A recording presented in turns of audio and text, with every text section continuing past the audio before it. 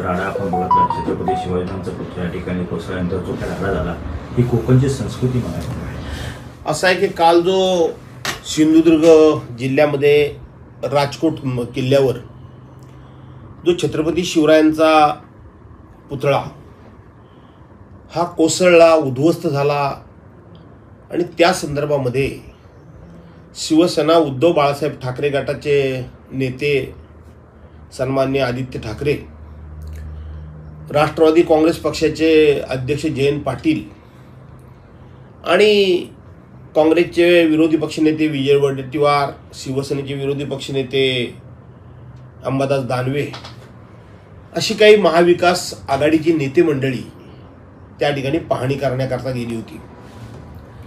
आणि त्या ठिकाणी भारतीय जनता पार्टीची गुंडगिरी, अस्लाद्य अशा प्रकारची वागणूक आणि संपूर्ण महाराष्ट्राची शिरमेनं मान खाली जाईल अशा प्रकारचा त्यांनी घातलेला तिथे हैदोस हा केवळ कोकणाला नाही तर संपूर्ण महाराष्ट्राच्या संस्कृतीला, संस्काराला, उच्च परंपरेला कलंक आहे. कोकणाकरता काय, छत्रपती शिवाजी महाराजांचा पुतळा तुम्ही 8 महिन्यापूर्वी बसवलात, फार मोठा गाजावाजा केलात, निवडणुकीच्या तोंडावर मतं मिळवण्याकरता म्हणून छत्रपतींचा उपयोग तुम्ही केलात आणि त्या छत्रपतींचा पुतळा हा 8 महिन्याच्या आतमध्ये कोसळतो. त्याबद्दल तुम्हाला खरं सांगायला गेलं तर विषाद वाटायला पाहिजे होता. तुम्ही महाराष्ट्रामध्ये तोंड दाखवण्याच्या लायकीचे नव्हतात. तुम्ही संपूर्ण महाराष्ट्राची, शिवरायांची, शिवभक्तांची आणि हिंदुस्थानची माफी मागायला पाहिजे होती. पण त्याच्याऐवजी भारतीय जनता पार्टीमध्ये गुंड किती आहेत, भारतीय जनता पार्टी ही गुंडांची पार्टी झालेली आहे. हे कोकणमध्ये माजी केंद्रीय मंत्री नारायण राणे यांनी एकदा सभागृहामध्ये देवेंद्र फडणवीसच्या समोर सांगितलं होतं आणि त्याने ते सिद्ध करून दाखवलं की भारतीय जनता पार्टी ही गुंडांची पार्टी आहे. भारतीय जनता पार्टी ही वसुली करणाऱ्यांची पार्टी आहे. ही दारूवाल्यांची, मटकेवाल्यांची, अशी भ्रष्टाचाऱ्यांची पार्टी आहे. हे काल जे नारायण राणे विधानसभेमध्ये बोलले होते ते त्यांनी काल सिद्ध करून दाखवलं. फडणवीस असे म्हणाले की राणे साहेबांनी दमद दिले असं म्हणता येणार नाही, त्याची भाषा त्यांची तशी आहे. फडणवीसांचं मला विचारू नका हो. फडणवीस हे महाराष्ट्राच्या मुख्यमंत्री पदावर राहण्याच्या लायकीचे आहेत का? लायकीचे आहेत? छत्रपती शिवाजी महाराजांचा पुतळा पडल्यानंतर एकनाथराव शिंदेची वक्तव्य काय, देवेंद्र फडणवीसांची वक्तव्य काय? माफी मागायच्या ऐवजी आम्ही पुढची विधानसभेची हंडी आम्हीच फोडणार आहोत, पुतळा पडला तर त्याचं एवढं राजकारण करू नका. शरम वाटत नाही तुम्हाला? छत्रपतींचा पुतळा पडल्यानंतर शरम वाटत नाही का तुम्हाला अशा प्रकारची वक्तव्य करण्याकरता? त्यामुळं फडणवीसांचं वक्तव्य हे महाराष्ट्राला आणि गृहमंत्रीपदाला तर शोभा देणार नाहीच आहे. परंतु अशा प्रकारची वक्तव्य फक्त फडणवीसच करू शकतात, कारण ते भाजपाचे शीर्षस्थ नेते आहेत. याच फडणवीसांच्या कारकिर्दीमध्ये, याच फडणवीस गृहमंत्री असताना, मुख्यमंत्री असताना, याच नारायणराव राणेंनी मी जे वरील सांगितलं त्या गुंडांची पार्टी, ही हप्तेखोरांची पार्टी, ही वसुलीदारांची पार्टी, ही मटकेवाल्यांची पार्टी, ही 2 नंबरच्या धंदेवाल्यांची पार्टी, हे नारायण राणे बोलले होते. ते देवेंद्र फडणवीस त्याच नारायण राणेंची पाठराखण करतायत. त्यामुळं देवेंद्र फडणवीसांकडून दुसरी महाराष्ट्राची काही अपेक्षा नाही आणि आमची पण नाही. देवेंद्र फडणवीसांनी आता तात्काळ मुख्यमंत्री आपला गृहमंत्री पदाचा राजीनामा दिला पाहिजे. काल आदित्यने भूमिका घेतली होती की SP साहेब आले नाहीत का, त्याची ती भूमिका जी होती आणि मुळात त्यांनी ते थांबले होते. मग त्या ह्याच्या सगळ्या प्रकरणामध्ये कुठेतरी पोलिसांचं दिसून येते का, कधी ह्या सगळ्या प्रकरणाला पोलीस जबाबदार आहेत म्हणून? कारण आपण दौरा जर पाहिला तर 11:15 वाजता आदित्य ठाकरे येणार होते आणि 12 वाजता राणेंचा दौरा होता आणि ह्या सगळ्याला जबाबदार कुठेतरी पोलीस असं काल ते म्हणत होते. असं आहे की महाराष्ट्रामध्ये ED, CBI, NIA, income tax याच्या एजन्सीज ज्या आहेत त्या पुढे करून विरोधकांना नामोहरम करण्याचं काम हे संपूर्ण देशामध्ये सुरू आहे. तशाच पद्धतीनं महाराष्ट्रामध्ये पोलिसांचा दुरुपयोग करून, पोलिसांचा वापर करून विरोधी पक्ष आणि विरोधी पक्षाच्या नेत्यांना नामोहरम करण्याची ही जी काही पद्धत सरकारनं अवलंबलेली आहे, सत्ताधारी पक्षानं अवलंबलेली आहे, ही सुसंस्कृत महाराष्ट्राला शोभा देणारी नाही. या महाराष्ट्राची परंपरा वेगळी आहे.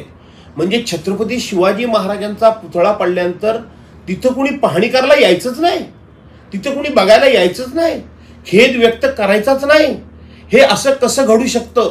70 वर्षापूर्वी छत्रपतींचे पुतळे उभे राहिले, ते आज जसेच्या तसे दिमाखानं त्या जागेवर उभे आहेत. अनेक प्रकारचं वारा वादळ, काही त्या ठिकाणी नैसर्गिक आपत्तीचा सामना करत ते पुतळे तसूवर ढळलेले नाहीत. आणि 8 महिन्यापूर्वी तुम्ही उभा केलेला पुतळा कोसळतो, याची तुम्हाला शरम वाटत नाही, लाज वाटत नाही? तुम्ही विरोधी पक्षाला अडवता. वास्तविक त्या छत्रपतींच्या त्या पायाजवळ बसून तुम्ही त्या ठिकाणी आत्मक्लेश करायला पाहिजे होता. पण आत्मक्लेश करण्याच्या ऐवजी आम्ही कसे गुंड आहोत, आमची पार्श्वभूमी तुम्हाला माहीत आहे का? आम्ही रात्रीचं एकेकाला घरातून बाहेर ओढून ठार मारू, ही भाषा होते. ते देवेंद्र फडणवीसचे कान काय कानाचे पडदे बसलेत का? ऐकायला येत नाही का? डोळे बंद आहेत का की अशा पद्धतीचे ते भाषा वापरतील असं मला वाटत नाही. हे देवेंद्र फडणवीस म्हणतात. उभ्या जगानं बघितली, उभ्या जगानं जी भाषा ऐकली ते देवेंद्र फडणवीसांना ऐकू जाणार नाही. त्यामुळं या लोकांना ना लाज ना लज्जा. तो उबाटा गटाचाच कार्यकर्ता होता असे एखादी बातम्या करून फिरतात, काय सांगायचं? असं आहे की अशा पद्धतीच्या बातम्या फिरवणारे हे किती महानालायक आहेत, महानालायक. नॅरेटिव्ह सेट करणं म्हणून जे भाजपवाले म्हणतात ते हे भाजपाचं हेच नॅरेटिव्ह आहे. अरे उबाटा करता कार्यकर्ता असेल तरी सुद्धा त्याला जी इतरांना शिक्षा होईल त्यांना शिक्षा करा. कोणाला सांगते उबाटाचा कार्यकर्ता उबाटा कर?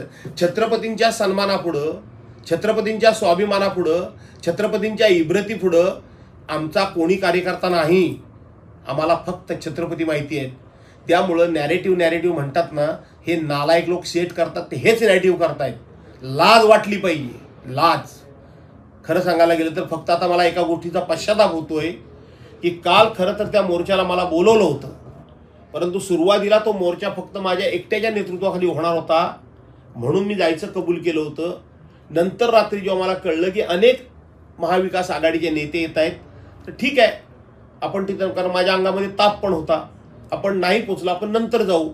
आज मला पश्चाताप होतो की काल मी तिथे पाहिजे होतो. मी आज सांगतो तुम्हाला, हे पोलीस काय करत होते काल? एवढा दंगामस्ती झाला, एकानं लाठीचार्ज नाही केला, पोलिसांच्या अंगावर हात टाकला गेला, पोलीस खाली लोळतायत पडतायत. कसले हे पोलीस? हे पोलीस कसले? हे पोलीस साधा एखादा गार्ड म्हणून राहण्याच्या लायकीचे पण हे पोलीस नाहीये देवेंद्र फडणवीसाची. हे पोलीस काल मी तिथे पाहिजे होतो, एवढंच मी सांगतो. आज अजित पवार राज्यभरामध्ये आंदोलन करतायत. एकंदर आपण जर पाहिलं कुठे यांच्यामध्ये संकट दिसून येत नाही का? राज्य खूप शुद्ध जाऊ द्या, शिवाजी महाराजांचं पहिल्यांदा तुम्ही आता ह्याच्यावरच फोकस करा. अजित पवारांचं तिकडे राज्यभर आंदोलन होऊ दे, नाही तर फेरी होऊ दे. तिकडे काय वाटोळं लावायचं लावू दे, कमी महाराष्ट्राचं लावून झालं आणखीन लावा, ते सोडा. आज शिवाजी महाराज महत्वाचे आहेत आमच्या दृष्टीने. भूमिका काय असेल कसली भूमिका? महाविकास आघाडी काय भूमिका? ह्या आता जो राजकोटचा विषय, ही भूमिका महाविकास आघाडी म्हणून आम्ही घेऊच. परंतु जे जे शिवप्रेमी आहेत, जे जे इतिहासकार आहेत, जे जे इतिहास वाचक आहेत, जे जे म्हणून इतिहास लेखक आहेत आणि जे जे म्हणून शिवप्रेमी आहेत, ते भूमिका घेतील योग्य ते प्रकारे. ह्या उन्माद असलेल्या राज्यकर्त्यांच्या भाषा, यांच्यामध्ये नम्रता नाही, ह्यांना खेद नाही, यांना लाज लज्जा नाही.